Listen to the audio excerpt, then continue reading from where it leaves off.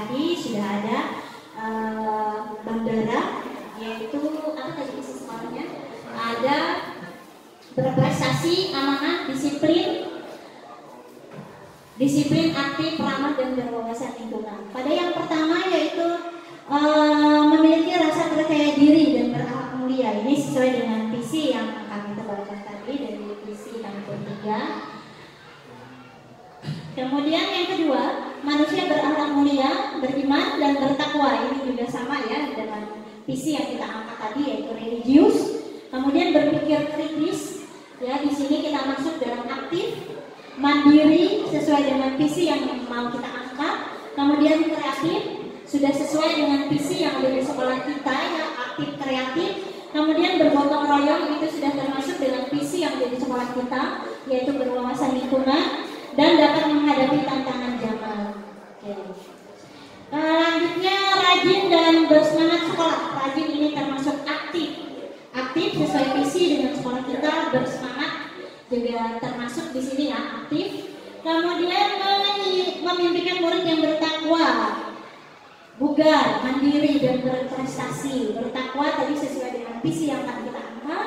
Kemudian bugar ini tentunya sehat, bagus juga, ini perlu kita angkat juga. Mandiri sesuai dengan visi yang akan kita tebalkan juga. Kemudian berprestasi sudah pas dengan visi yang ada di sekolah kita. Lanjut yang kedua, Pak Gani. Yang kedua.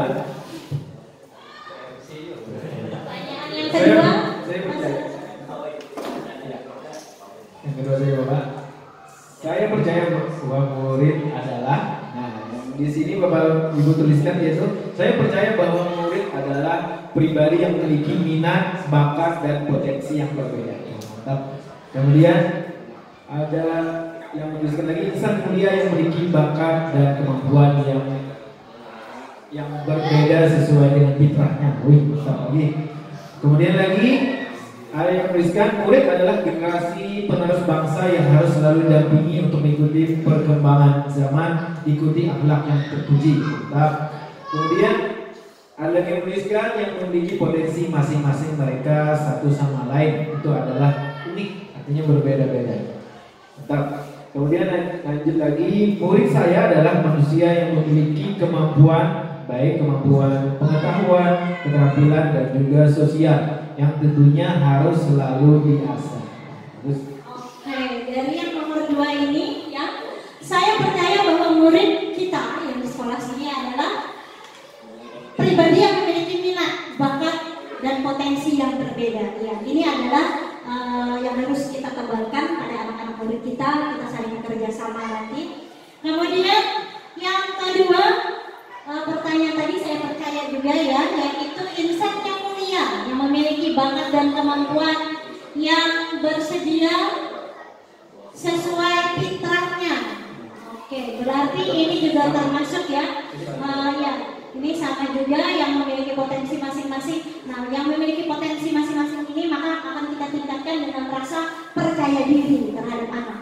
Kemudian di sini generasi penerus bangsa selalu didampingi untuk mengikuti perkembangan zaman, nah, sesuai dengan akhlak yang terpuji, sesuai dengan visi yang akan kita angkat juga, yang akan kita tebalkan.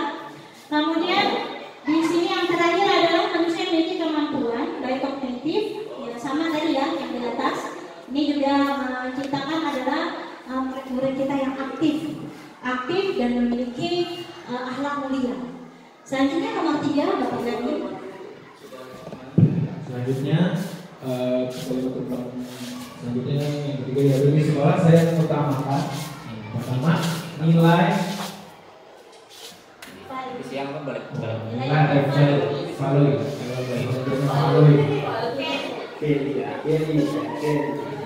nilai atau positif untuk kebaikan pribadi dan orang banyak. Kemudian di sekolah saya mengutamakan pelajaran yang berpihak pada murid, kemudian memperhatikan voice-nya, ada choice-nya, pilihan berarti ya, voice itu suara, dan ownership dari murid. Kemudian mengutamakan murid yang bisa membaca dan menulis dan berakhlak sopan kepada orang tua. Kemudian setiap murid mempunyai kesempatan yang sama dengan perlakuan yang mungkin beberapa yang berbeda menyesuaikan muridnya.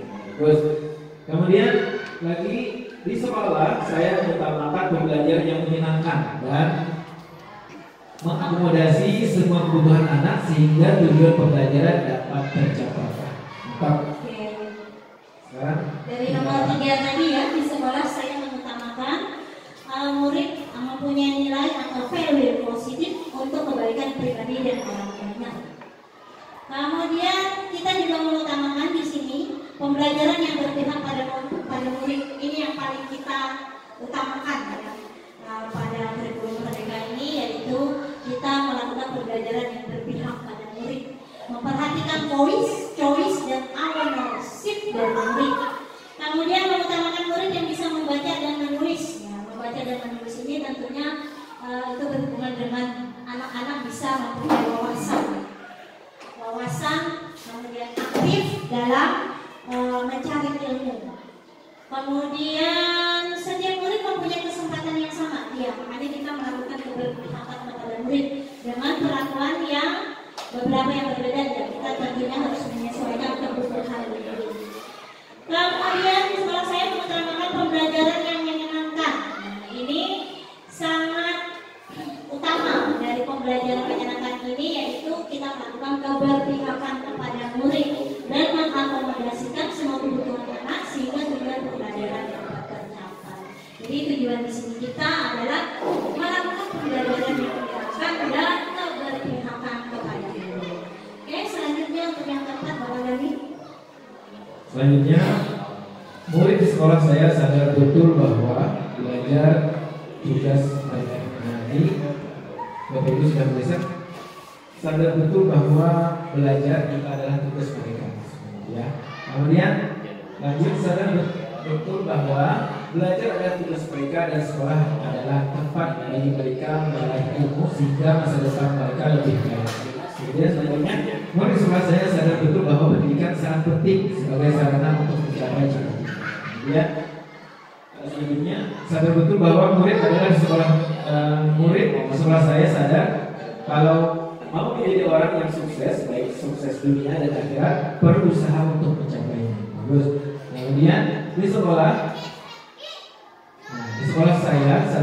murid di sekolah saya sadar betul mereka sekolah untuk dipersiapkan terjun ke masyarakat. Maksudnya kalau untuk sekolah